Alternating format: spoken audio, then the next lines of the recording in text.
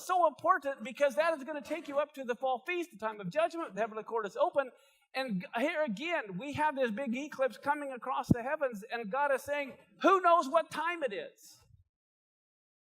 Joel 2:1, blow the shofar in Zion, sound an alarm in my holy mountain. Let all the inhabitants of the land tremble, for the day of the Lord is coming. It's close at hand. Now, listen to Matthew 24:31 through 34. He's going to send out his angels with a great sound of what? And when do you blow the shofar? On Rosh Hashanah, and you're going to see where else. Watch this. But first he says this. He says he's going to gather together his chosen ones from the four winds. That's important. From one end of the sky to the other. And then he says, now from the fig tree learn this parable. When its branches become tender and put forth its leaves, you know summer's near. Even so you also, when you see all these things, know that it is near, even at what?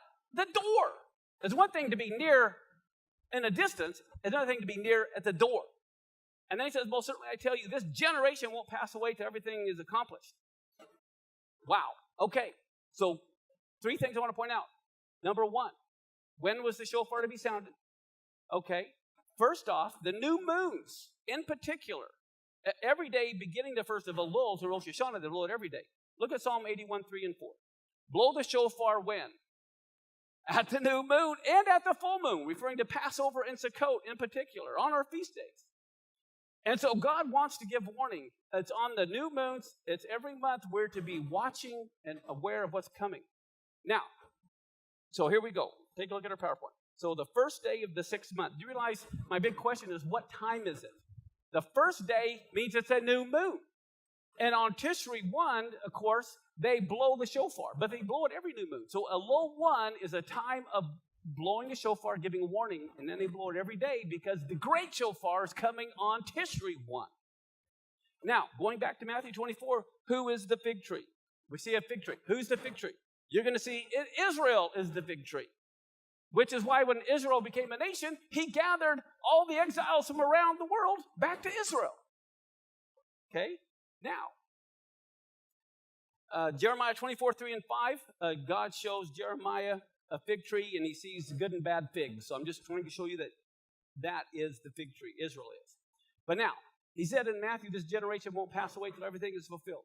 So the question is, how long is a generation? Some say 40, some say 50, some say 70, some say 100, some say 120. Well, guess what? This year fulfills every single one of those. And I'm going to show you how this year fulfills the 40, the 50, the 70, the 100, the 120. It doesn't matter. They're all fulfilled this year. Watch. Okay. Let me see where I'm at.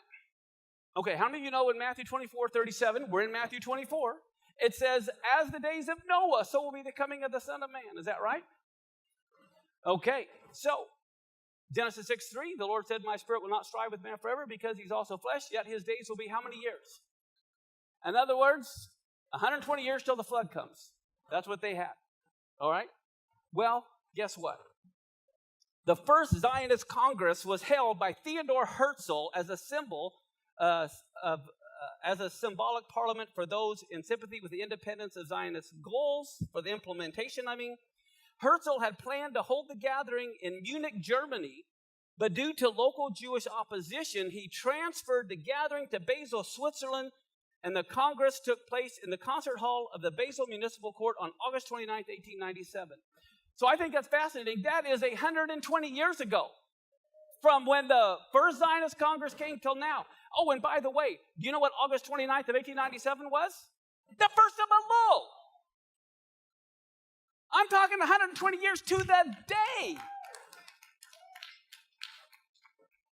So it's like, well, the first Zionist Congress was 120 years ago. Well, guess what? 50 years ago, Jerusalem was unified. 100 years ago was the Balfour Declaration. 70 years ago was the UN partition plan. It was actually in 1947, I think in December, and then in 1948, the war took place. But let's go back to 100 years ago. Remember, it was as of the days of Noah? Remember that? We already saw a 120-year connection. Well, get a load of this. The declaration was contained in a letter dated November 2nd, 1917. This is the Balfour Declaration from the United Kingdom's Foreign Secretary Arthur Balfour to Lord Walter Rothschild as the leader of the British Jewish community. Basically, they were saying we need to have Palestine for the Jews. Okay? Well, guess what? November 2nd, 1917, when you tie to the biblical calendar, was the 17th of Heshvan, which is the day Noah's flood began. You go and look at Genesis. I have right here, Genesis 7:11.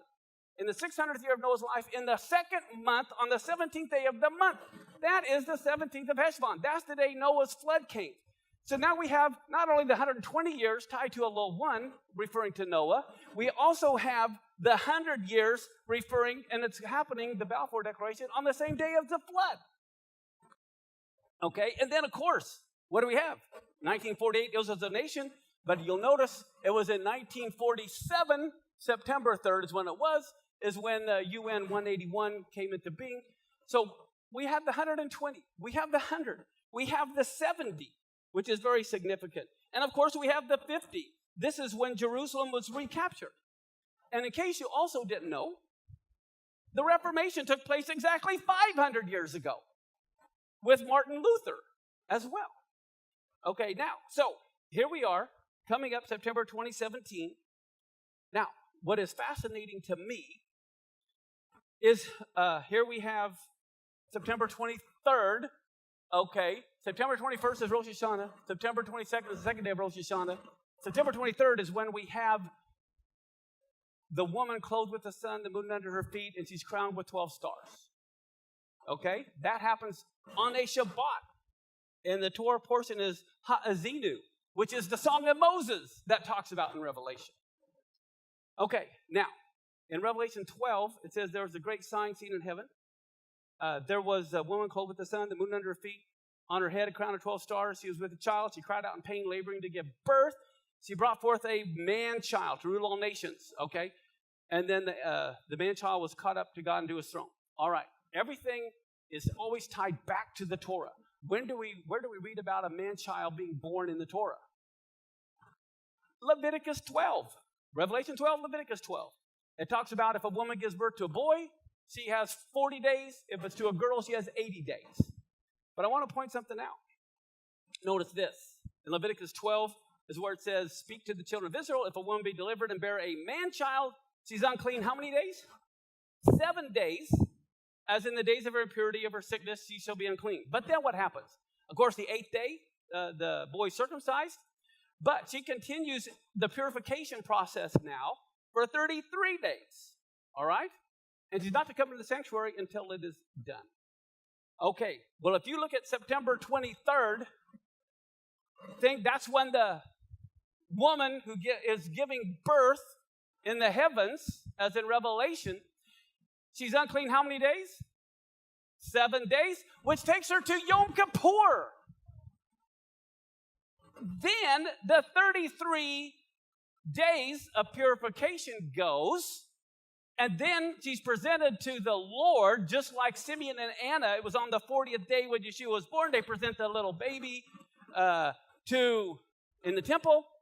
Well, guess what happens 33 days from there, from Yom Kippur? 33 days later takes you to the same day as the Balfour Declaration, when Israel should be born, November 2nd. Now, I'm already 7 minutes over. Can I have 1 minute? 1 more minute. Okay. 2001, in 2001, this is when the UN was, every year they have their International Peace Day. Okay? It was always like to be the second Tuesday of the month. But in 2001, because of 9/11, 9/11 was supposed to be International Peace Day. But because 9/11 happened, they postponed it to September 21st. And of course, they don't ever want to have UN Peace Day fall on 9/11 again, so they switched it to September 21st. From now on, it's always going to be on September 21st, taking effect in 2002. Okay, so again, it's the 21st of September this year. It's to be observed around the whole world, and the General Assembly declared this is the day devoted to strengthening the ideals of peace, with and among all nations and people. So here we have September 21st as this year, as in every year for the last 16 years. But it so happens, even though it is every year on September 21st, for the first time in 16 years, that's Rosh Hashanah. Rosh Hashanah, they should be blowing a shofar. But they're declaring International Peace Day. Now, they have a theme every year for International Peace Day. 2014, it was the right of people to peace. 2015, Partnership for Peace, Dignity for All. 2016, Sustainable Development Goals, Building Blocks for Peace. The theme for 2017 is Peace and Safety.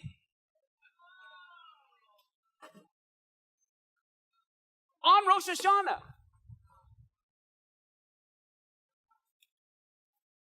First Thessalonians 5, 1 through 4. Concerning the time and seasons, you have no need I write anything to you, for yourselves know well the day of the Lord comes as a thief in the night, and when they are saying peace and safety, then sudden destruction comes like birth pains on a pregnant woman, which is the Revelation 12 sign in the sky.